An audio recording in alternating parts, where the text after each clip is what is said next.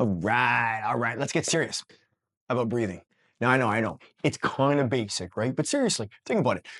Someone's being a total goblin, your stress levels are doing the Macarena, and your brain is just, it's gone. Like if you don't get your brain back on track, you might just try to parallel park your shopping cart. You're gonna try to push that door that you know only opens when you pull. Like we've all been there though, right? And so you know that right now danger is close and you're either gonna have to sweet talk your way out or introduce your left knee to their crotch. Either way, you need a plan. You need to make a decision and you kind of want it to be the right decision, right? So for that plan, well, basically you need that plan yesterday, right? Time's up. So you need to use your noggin. Your noggin needs to act fast. And for it to do that, it needs oxygen. So whatever plan we come up with, right, we need to lay the foundation like a launching pad for that plan, right? So the first thing we do is we acknowledge those feelings that our body's sending us, right? Oh crap, that strangers looked at us funny, right? So basically your gut is your superpower. And then you're gonna tell yourself, never panic, right? Not don't panic, that's being too polite. We need to be bossy with our brain, right? Never panic,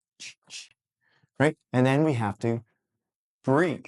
Because no breathe equals no think equals bad times. And the problem is, most of us, we've never had the proper, how to breathe when you're freaking out kind of lesson. And don't you worry, like it's totally natural. We naturally want to hold our breath when we're stressed. Okay, so it's natural, it's annoying, and for us, it's totally useless, right? It just makes things worse. Stress wants you to clench up like you're a deflated pool floaty. We're not going to do that, okay? Okay, so how do we breathe? Now, before you even think about it, let's just collectively take that box breathing and toss it over our left shoulder, like way over, like out of the universe. Toss that trendy nonsense over your shoulder. You can't do inhale, hold, exhale math while you're fending off an idiot.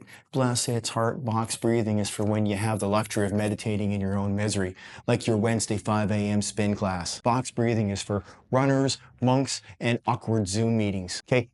It's not good for you, not here, not now. Now, if you don't know what box breathing is, yay, okay, you're already ahead of the game.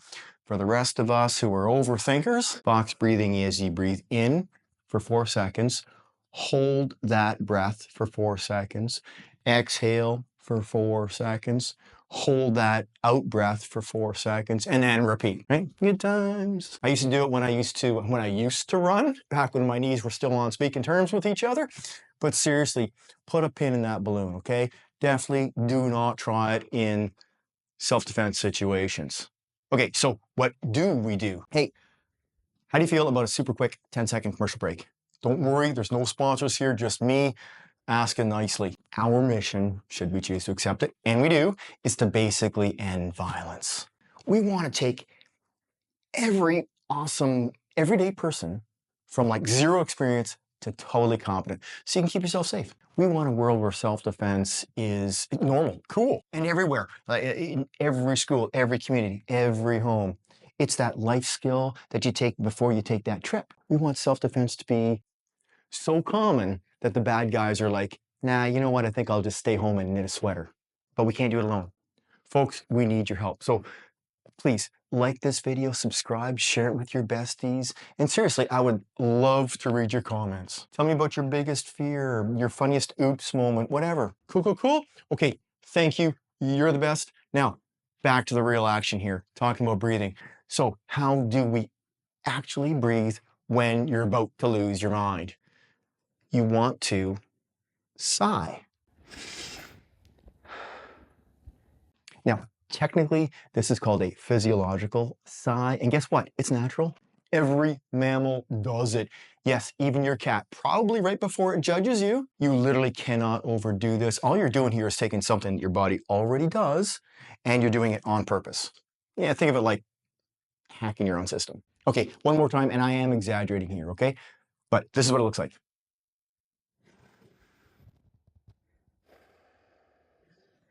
Now, here is the breakdown. You breathe in as deeply as you can. And it can be quick, okay? So there's no need to pretend like you're smelling a rose here, okay? You try to use your diaphragm. That's the big old muscle there below your lungs, not to be confused with your abs, which are probably already clenched. So you just breathe in, right? Now here's a trick. At the top of that breath, don't hold your breath and don't exhale. Right away, with air already in your lungs there, take a second sharp little sip of air And it'll probably all go right here in your upper chest, like you just found a tiny pocket of extra air. And now, as soon as you've done that, that second little inhale, you let it all out. And I mean, all of it. Try to relax your shoulders, release the tension, and make that exhale as long as you possibly can, which can be, okay. When someone's yelling at you, as long as you can, might be like 0.7 seconds. That's okay. The point is, it's basically 2 big inhales and 1 glorious tension-releasing exhale. No holding, no counting, just pure, unadulterated stress relief. And you repeat as necessary. You can do it 97 times in a row if you want to, and guess what? You're still gonna be able to talk your way out of danger. Or, order coffee. Most of the time, I just wanna mention this, most of the time when I see anyone else talking about the physiological side, they're using their mouth. They're doing too much mouth breathing. Don't do that. I did exaggerate earlier in this video, but I want you to keep your mouth closed when you inhale and also when you exhale. Now, there's a lot of science behind that. Comment if you want me to give you references. Now, also, there is a better way that you can breathe, but that one takes a little bit of practice, and I wanted to keep this video short and sweet, so we're gonna save that one for later.